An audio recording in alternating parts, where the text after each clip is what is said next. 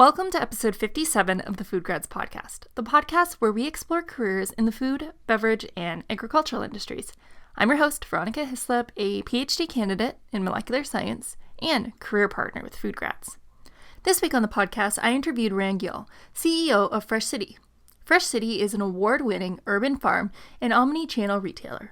Founder-led, they are on a mission to provide better life through food. They deliver organic produce, chef-inspired, and made-from-scratch prepared foods, and thousands of more items to families in the Greater Toronto area. They also farm in Downsview Park, where they operate a farmer incubator program. On this episode, Ran and I talked about how he started Fresh City in 2011 after leaving his job as a Wall Street lawyer to help change the way people think about and shop for food. We also talked about what he does as a CEO, why he believes that home delivery is the way to help fight climate change, urban agriculture, and his approach to change. We also talked a little bit more about what his advice is to young people thinking about going into this grocery space in urban agriculture. So if you are looking for a positive push that makes you feel that you can actually make a change in this current climate situation that we're in, then you need to give this episode a listen. So enough with that introduction. Let's get on with the show.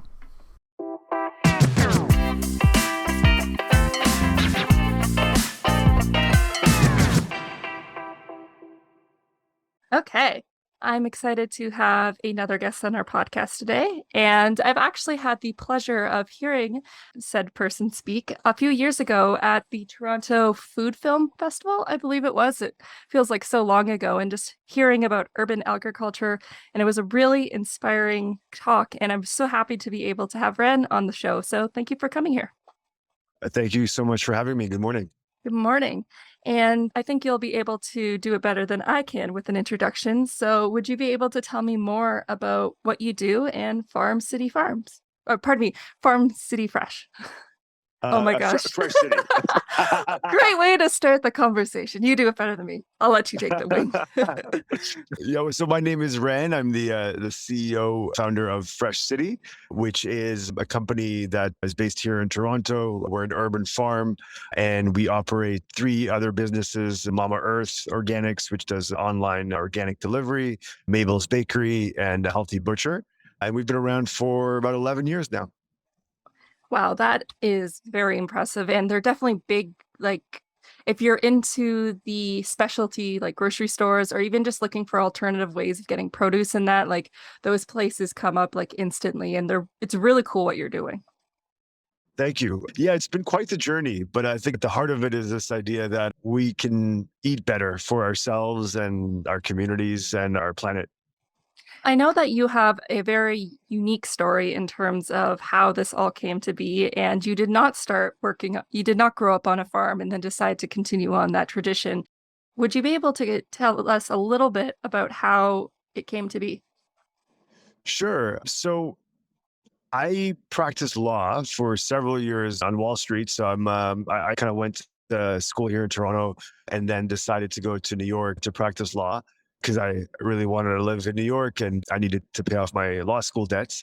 And so that's what I did. So I practiced there during the financial crisis of 2008 onwards.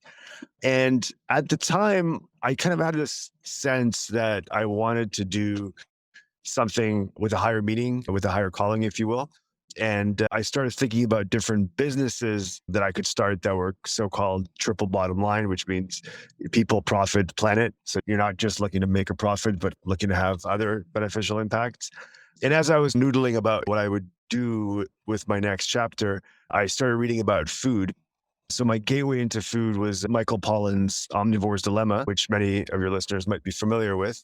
And it was really the first thing I read that connected some of these dots, because until then I was, like all of us human types, an eater. So I did eat every day, but I didn't really think of it as an environmental act or a political act or a social act. I just thought of it as just something you need to do. And I knew there was some foods that were healthier than others, but I never really thought about all the implications of every bite that I was putting in my mouth. And that book really set me off on a bit of a journey to learn about where our food comes from, how it's produced. And what I learned simultaneously shocked me and gave me hope. Shocked in the sense that I realized that certainly the way I was eating from not eating food that was local or organic or fair trade had huge implications on other people around the world and on our lived environment. And so you just start reading about all the impacts our food system's having on the world, and it can be pretty depressing. But on the other hand, it also gave me hope because I thought that here is something that is imminently solvable. So the cool thing about quote unquote solving our food issues or all the various issues afflicting our food system is that none of them really require too much sacrifice and none of them really require any kind of technological breakthrough. So it kind of gave me hope that a lot of these issues could be solved. And so I just started thinking about it insofar as I was going to start a social enterprise or a values based business. I wanted it to be in food. And I became obsessed with this idea that urban farming was an important way to really get people thinking about food. And I think it goes to the heart of what I think is the issue with our food system as it is. I think there isn't ultimately enough intention or consciousness on behalf of each of us, and I include myself, and certainly on behalf of our leaders, our political leaders and other leaders, about how our food system looks like. And I thought urban farming was a great way to connect most of the population today who lives in Canada, at least, that lives in urban areas, reconnecting them with food, the realities of food production, the joys of it, how hard it can be, the impacts it has on the environment. So I just became really enamored with this idea of creating viable urban farms in urban areas to connect people with food. And the rest is history. Here we are in our 12th growing season here in Toronto.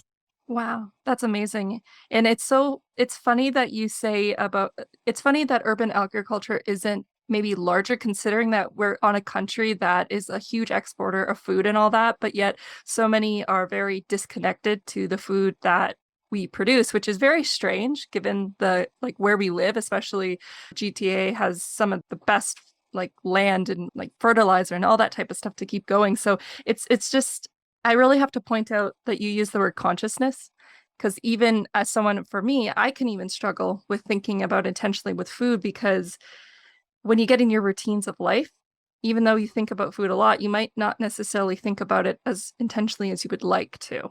So it's really good that you have been able to help create some solutions to that. And we've talked about urban agriculture, and maybe the word explains what it is, but would you be able to just dive a little bit deeper into that and how is Fresh City Farms actually implementing this urban agriculture? It's a great question. And I will say, starting from your first point about intentionality and consciousness, I think the critical thing, the message I'd want to definitely send to anybody listening to this is it's ultimately not about you feeling guilty or feeling bad about what food you're eating. I really appreciate your approach to being hopeful because I think that guilt is, for many people like me, guilt is the thing that comes first and foremost. And you don't want to be that, but it is difficult. And sometimes people don't have the choice to Exactly. choose intentionally. And there's a lot of messaging that they should feel guilty about that. And I appreciate you saying about being hopeful in that. So I'll let you continue. No, 100%. Like grew up, certainly not poor, but not wealthy by any stretch, lower middle class or whatever you'd want to classify it as. But I know the reality of what it's like to have a very limited food budget and trying to make it happen for a family of five, in our case, growing up. So zero guilt. It's just a question of how do we get ourselves to a better place as individuals and as a community in terms of how we eat. In terms of urban farming, it's really interesting. We've, as I said, farmed for 12 growing seasons now.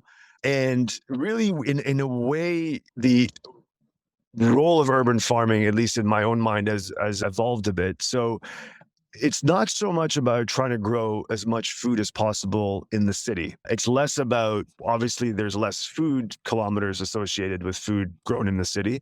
But even though that's an important benefit, it's not the most important benefit.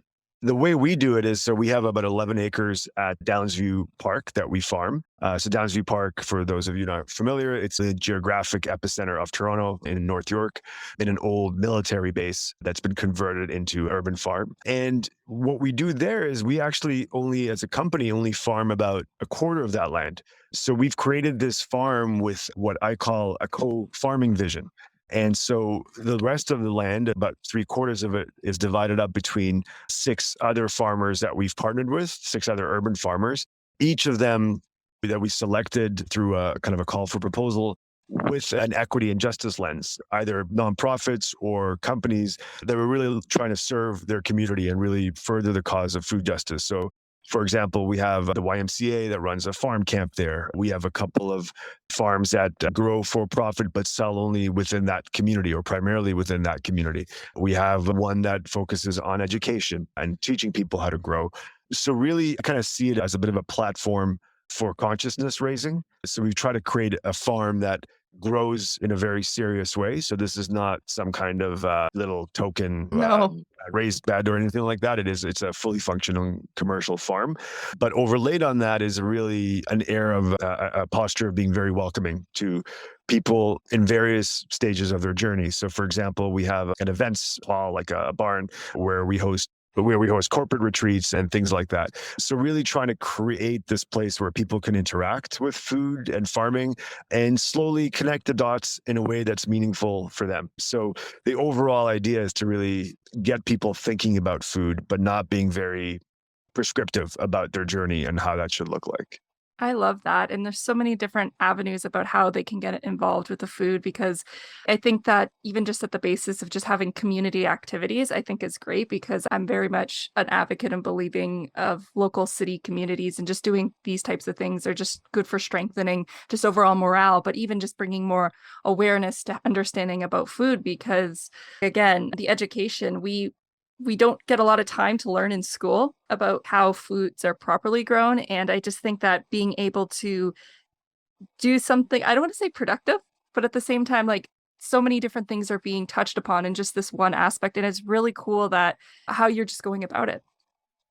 Yeah, I think a part of what we're trying to accomplish ultimately is, if you think about what's happened over the last 10 or 15 years, I think there's been a lot more attention paid to food through books like Michael Pollan's and various documentaries. And I think the media has become much better at covering food stories and sustainability and food justice issues.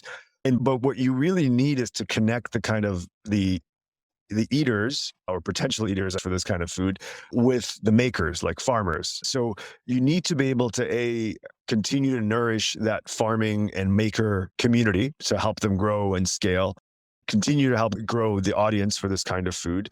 And in between have these kind of connectors. So like whether it's retailers or distributors that are getting the food from the farm to somebody's table. And that's what kind of we try to do as a whole. So we've really evolved beyond just being an urban farm to our core business today in terms of revenue is delivery, online delivery. And it's really a way to try to get the food that we make, both at our farm, but also in our kitchen, in our bakery, in our butchery, to consumers. Really try to create an alternative food system, if you will, where we're nurturing this network of sustainable minded farmers and suppliers and connecting them with consumers who are starting to connect the dots, but don't always have an easy way to access that kind of food in their day to day. And there's two places that, as you say, that I could think about taking this conversation. I'm going to veer into the way of, first of all, just talking about your TEDx talk or TEDx Toronto talk that you did, talking about many of the things that we've already been discussing. So if you're listening, I do recommend checking that out, and I'll make sure to link that in the notes. But one of the things that had stood out while you had done your talk was that you talked about how, as Canadians, we spend about 8% on our food, while there's places like Japan that spend like 50%. I think that's the value that you used. And I was curious about, like, just talking more about these values and such. And do you think that the reason why there's such a disparity in terms of how much we spend on our food is more maybe related to the diversity in our diets in Canada, or is there some other factors that go into play? In terms of from a comparative perspective, I think there's a whole bunch of things. So some of it's due to geography. So for example, a place like Iceland or Japan needs to import a lot of their food because they're smaller relative to their population. So that's part of the driver. But I think another kind of big part of it is the labor structure, really, of each country. And by that, in many countries, you have much more robust labor protections and higher minimum wages, much more kind of rigid regulations around laying people off, et cetera. And that overall increases the cost of labor, which then translates into higher food prices because of processors, farmers, and retailers have to pay labor more. So that's one big driver of it. And frankly, that's one of the things I think we don't really appreciate here in Canada, that a lot of the food that we buy is made by probably some of the most vulnerable workers in the world, ultimately, which is farm Wow. workers working in Florida and California and Mexico and all these other countries where their labor rights aren't really respected, and certainly the enforcement is pretty lax. So I think the labor part of it is a big part of it. Okay, that would make sense in terms of just I do know about the different structures in that, and I am aware. And coming back to that idea of let's like maybe bring it to the listener and such, without the idea of maybe guilt, maybe people want to be more advocating for this industry or they want to make this system better. What small steps would you suggest that maybe because our audience is primarily students, young adults, like what would you suggest would be some great ways to help change the system without feeling the guilt? Yeah, so I think my overall message would be just enter the arena and do something. And it's and don't beat yourself up about not being able to do everything ultimately. And so I'll speak a bit about that. Certainly some more obvious and accessible ways you could do it is, shop at a place like Fresh City, obviously very self-serving statement, but I think there's retailers who do try to support local, do try to support more sustainable ways of farming and production. And it's important to support that so that they can support the makers behind it. Things like going to your local farmers market, growing food yourself, I think are all really important. That said, I do think sometimes there is too much of a focus on what I can do myself versus the impact I can have on my broader community. And by that, I think at its core, it's wrestling with power structures to change how food is produced, distributed, and sold. And so that can mean everything from if you're a university student asking who has the contracts for various food service outlets in your university or your college, and do they have any regard at all for things like where they source their food from, how do they deal with food waste, all sorts of issues that kind of are important to our food system. It could mean who are you casting a ballot for in a municipal, provincial, or federal election? What's their stance, if any, on food? And, if you work at a company, where is your company sourcing food from when they bring in catering?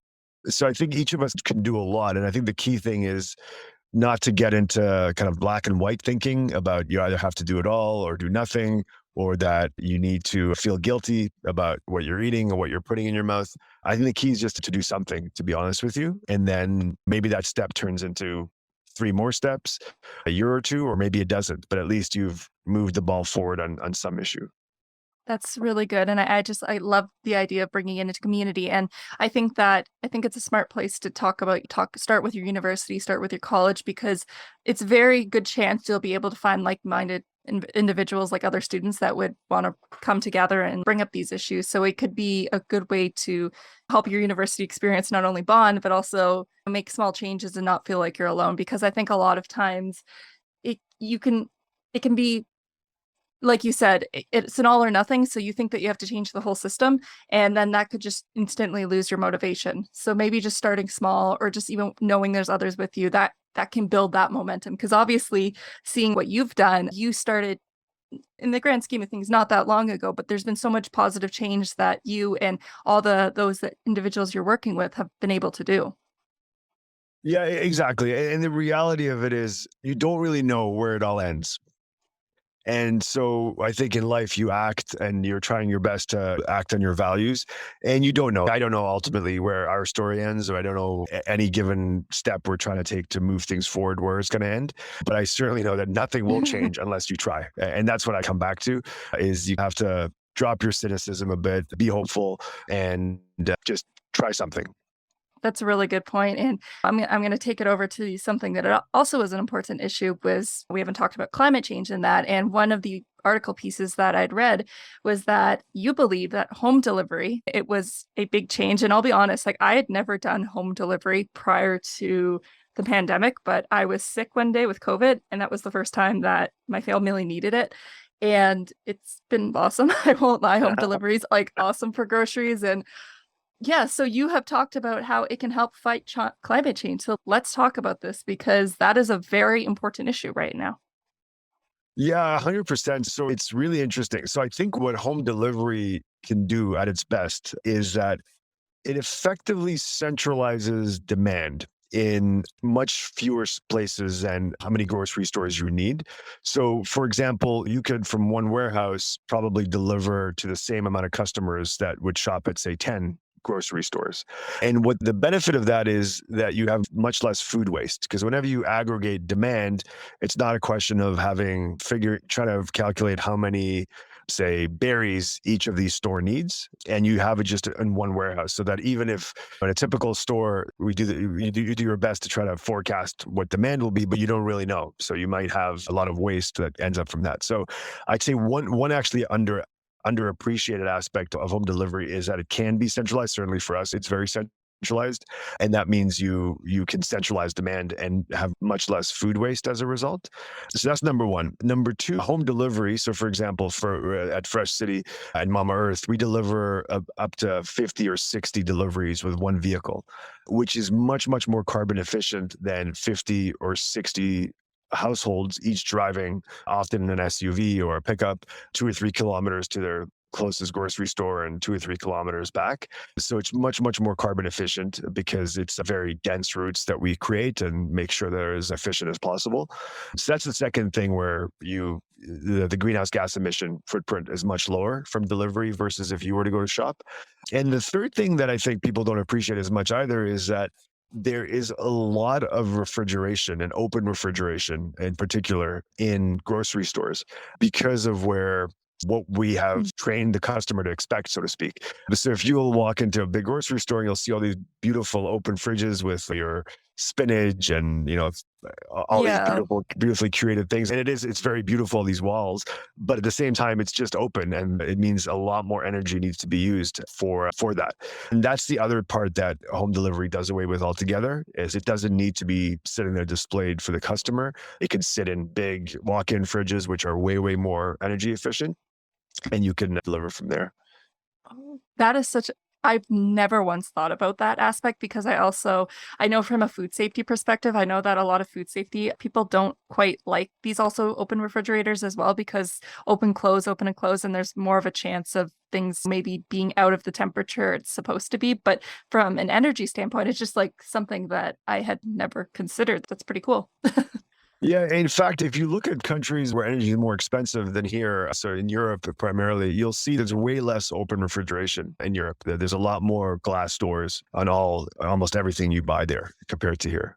Wow. And see, I think that opens up the idea of just exposure because lived in Canada, I've really never gone anywhere else except the United States. So that is my only concept of what a grocery store can be or like what it is. So hearing that there's different countries that go about it and take into consideration these factors. But yes, home delivery has really, I was a little bit of a snob to it to begin with. I'll be perfectly honest. But after I did it once, I was just like, wow, this is amazing.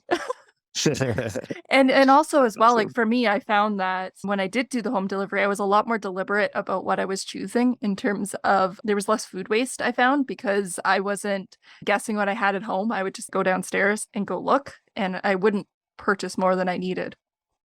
So Yeah, it's interesting. There's a whole bunch we talked about the environmental climate aspects of it, but I think on a consumer level, for sure, there's less impulse buying when you're online. So I think when you're planning your meal for tomorrow or the day after, you're planning a good meal. Like you're the best version of you, as opposed to the version of you that's really hungry and then orders Uber Eats or as the grocery store and picks up that chocolate. yeah. Not that there's anything wrong with chocolate, so I don't want to shame anybody. No, I no, love no. chocolate and I eat a lot of it. And so I think that's the one thing. And the other part is time savings as well. So for some people, I think grocery shopping is a chore, like they don't love to do it and they're time strapped. So it's a way to unlock a bit of time as well. So For there are the sure. benefits. For sure, there's so many of them. And we haven't actually talked more about what Fresh City Farms actually carries because we've talked about these issues. But one of the things that's pretty awesome with what you do is you just get exposed to a lot of local creators, a lot of entrepreneurs, but just good produce from local farms and that. So that's a win there. So working there, like what has been some of your favorite products or what can we expect if we went and purchased from you? For sure, yeah. So through Fresh City and Mama Earth, we sell. I think the two kind of broad categories I'm the most proud of, and I get most excited about is first and foremost produce, of course. So certainly, especially this time of year, in the heart of the Ontario growing season, we sell stuff that you can't get anywhere else. Amazing heirloom tomatoes and garlic scapes, which most people haven't had, which are essentially what grows out of the garlic before you harvest it. So usually it's just thrown away, but it's a bit of a hybrid between a spring onion and garlic in terms of the taste and the texture. It is selling things like rhubarb and a whole bunch of greens that you wouldn't be able to buy at a typical grocery store. So the produce I get really excited about, and of course it's all local, almost all local this time of year. So very fresh and very nutritious.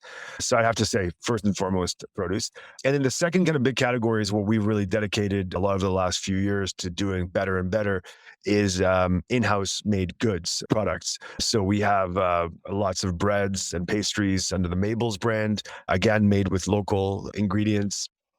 All the kitchen products we make under the Fresh City brand, which is different in terms of being locally organically sourced, which is very rare for prepared foods. So you can't really go to a restaurant or a grocery store and buy an organic meal or salad. Hmm. Typically, you have to produce it yourself.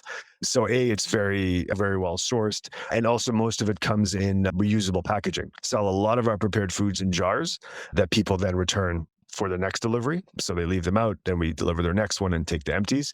So I'm really proud of that because I think as we've migrated to a very convenience focused culture, we're creating a lot of plastic waste as a For result. sure. And that's one of the things that we're really trying to nip in the bud and change as much as we can. So I'd say that's the two kind of things I'm very proud about because it's really showcases all of the amazing suppliers and farmers here in Southern Ontario. And B, I think it shows that you don't necessarily need to sacrifice taste, quality, convenience in eating better, ultimately.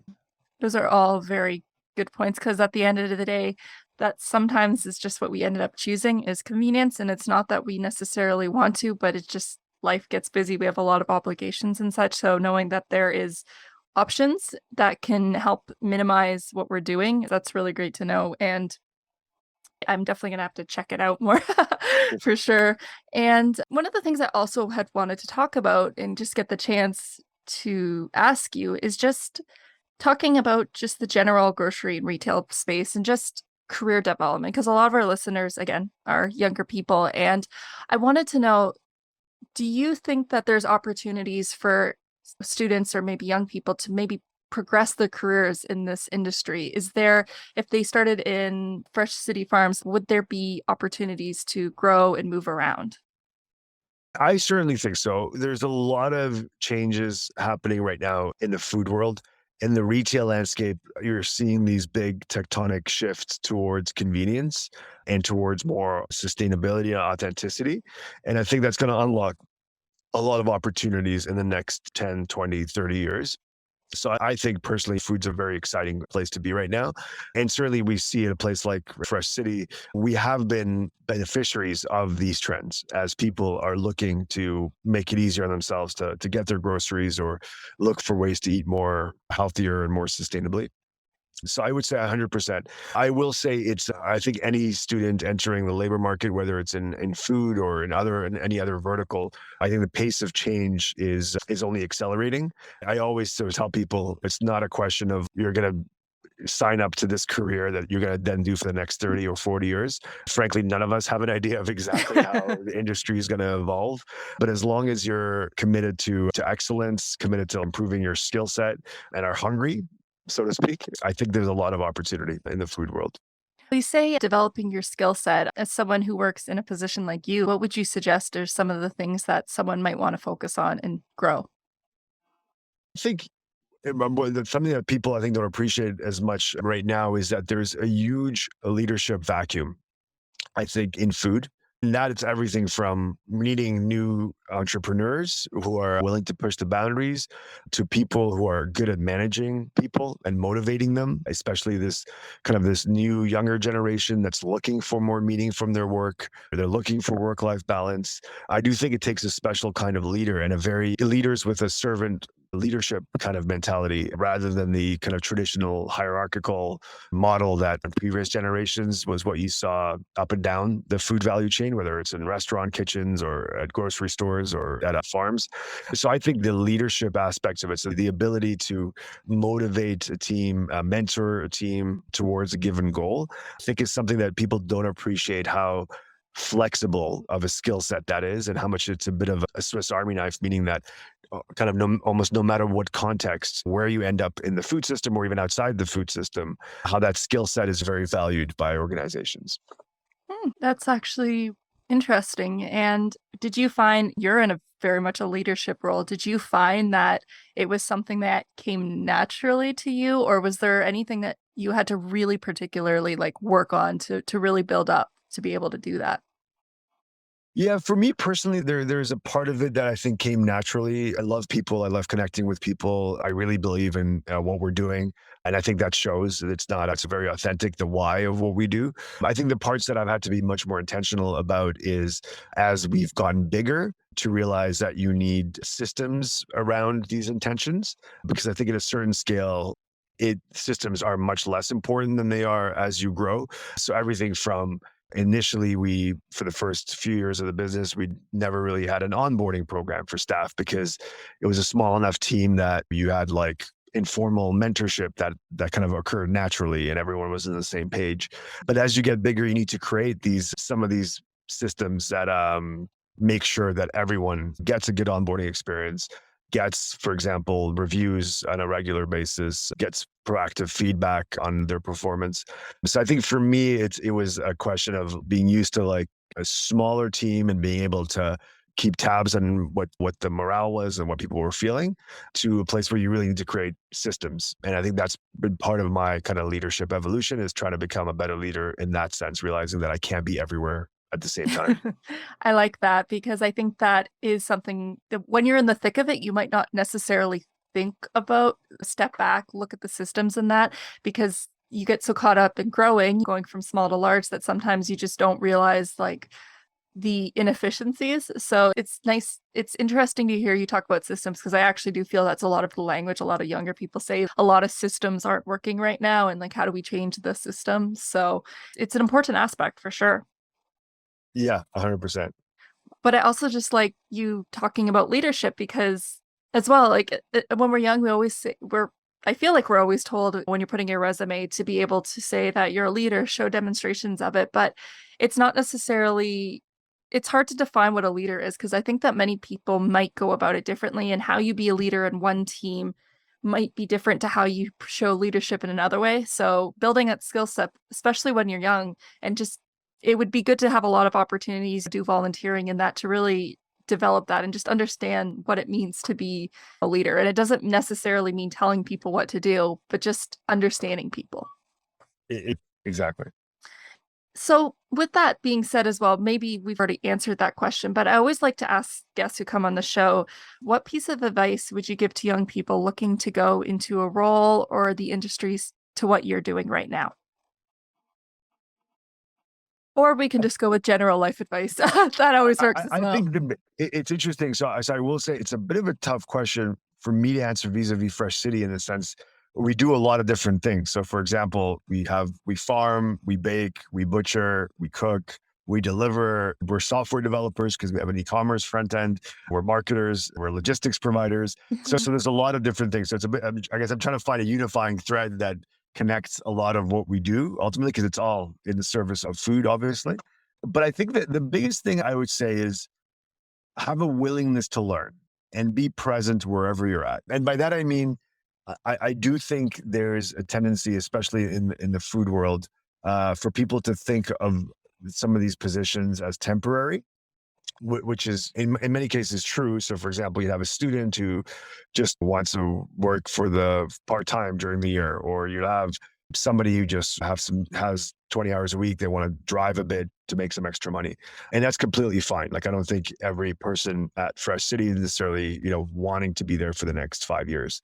That said, I think the mistake a lot of people make is not really being present and being all in in their jobs, meaning that they're not really taking advantage of the opportunities to learn and to develop as a person, first and foremost, in those jobs. So I think that that's the key thing is like, no matter where you find yourself, even if it's not where you wanted to find yourself or you want to graduate to something better, I think, being able to come to work every day, show up, learn as much as you can, try to develop those people skills, those leadership skills, I think is very critical. And I think a lot of people kind of lose whole chunks of their life. And I don't mean just for Fresh City, if they're in a job where they're not necessarily passionate about it or they want to do something else and forget that they still can learn a lot from almost every other context that they're in.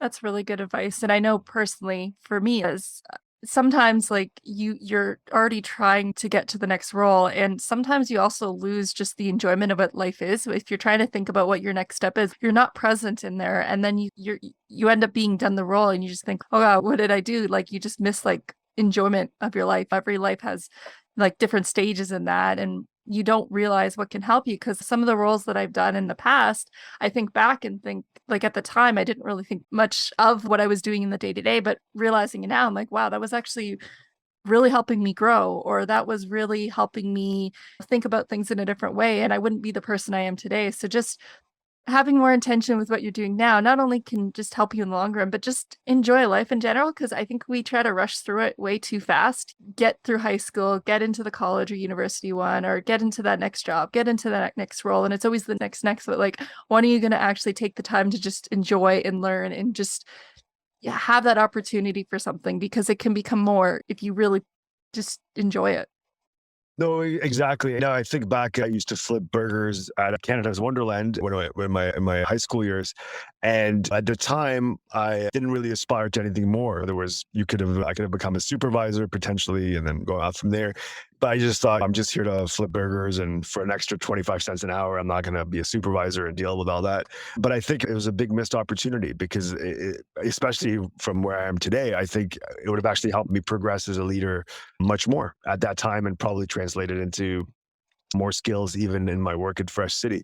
So I just think there's just a lot of context in which and again, I include myself in this, sometimes just check out rather than really taking advantage of the opportunity that's there, even though if it's not something we aspire to in the long term.